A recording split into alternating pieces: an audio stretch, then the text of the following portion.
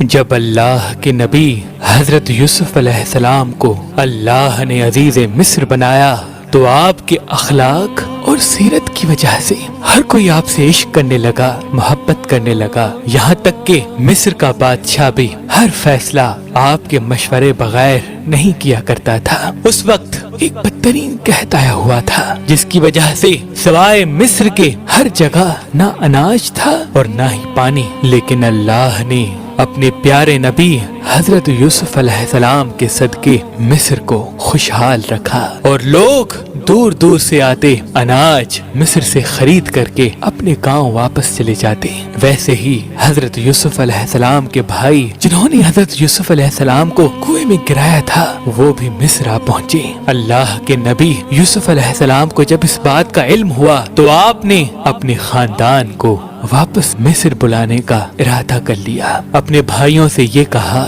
کہ یہ میرا کرتا میرے بابا کی آنکھوں پہ رکھو، اللہ ان کی آنکھیں روشن کر دے گا، اور پھر میرے بابا کو اور میرے خاندان کو یہاں مصر لے کے آؤ۔ بس جیسے ہی آپ کے بابا حضرت یعقوب علیہ السلام کو یہ خبر ملی، آپ پورے خاندان کو لے کے حضرت یوسف علیہ السلام کے عشق میں مصر آ پہنچے، اور یہاں اللہ کے نبی حضرت یوسف علیہ السلام جو عزیز مصر تھے اپنے لشکر کے ساتھ استقبال کرنے کے لیے کھڑے تھے۔ یعقوب علیہ السلام نے جیسے ہی دور سے لشکر کو دیکھا تو اپنے بیٹوں سے پوچھنے لگے کہ یہ لشکر کس کا ہے؟ آپ کے بیٹوں نے فرمایا کہ یہ آپ کے بیٹے یوسف علیہ السلام کا لشکر ہے۔ اللہ کے نبی یعقوب علیہ السلام اللہ کا شکر کرنے لگے اور جبریل علیہ السلام نازل ہو کے فرمانے لگے، اے اللہ کے نبی یعقوب، دیکھ اللہ نے تیرے بیٹے کو کیا عزت بخشی ہے، اور آج آسمان کے فرشتے بھی باپ اور بیٹے کے عشق کو دیکھنے کے لیے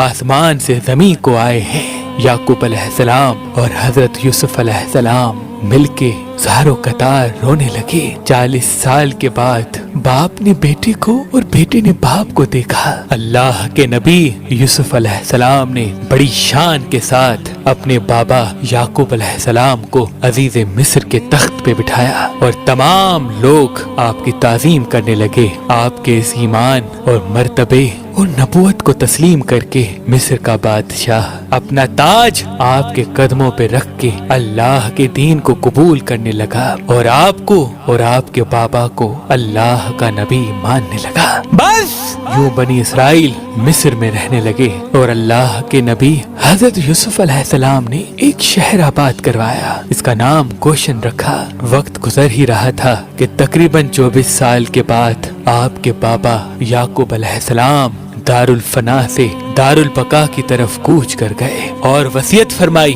کہ مجھے اپنے بابا اور اپنے دادا کے پہلو میں تدفین کیا جائے۔ تو یوسف علیہ السلام نے اپنے بابا یعقوب علیہ السلام کو حضرت ابراہیم اور حضرت اسحاق کے پہلو میں تدفین کر دیا، اور پھر مصر آ کے اپنی سلطنت کو سنبھالنے لگے۔ مصر کا ہر بچہ، ہر بوڑھا آپ کو برکت اور اللہ کی رحمت سمجھتا تھا۔ جب آپ دار الفنا سے دار البقا کی طرف کوچ کر گئے تو مصر میں لوگوں میں اختلافات بڑھنے لگے۔ ہر کوئی یہ کہنے لگا کہ یوسف علیہ السلام کی قبر مبارک ہمارے محلے میں بنائی جائے تاکہ برکت اور رحمت ہمارے محلے میں رہے۔ اس بات پہ غور و فکر کیا گیا اور یہ فیصلہ کیا گیا کہ یوسف علیہ السلام کے جسم مبارک کو سنگ مرمر کے تابوت میں رکھ کے دریائے نیل میں تدفین کیا جائے تاکہ دریائے نیل کا پانی حضرت یوسف علیہ السلام کی قبر مبارک کو چھو کے ہر گھر میں پہنچے اور آپ کی رحمت ہر گھر میں قائم رہے۔ تبھی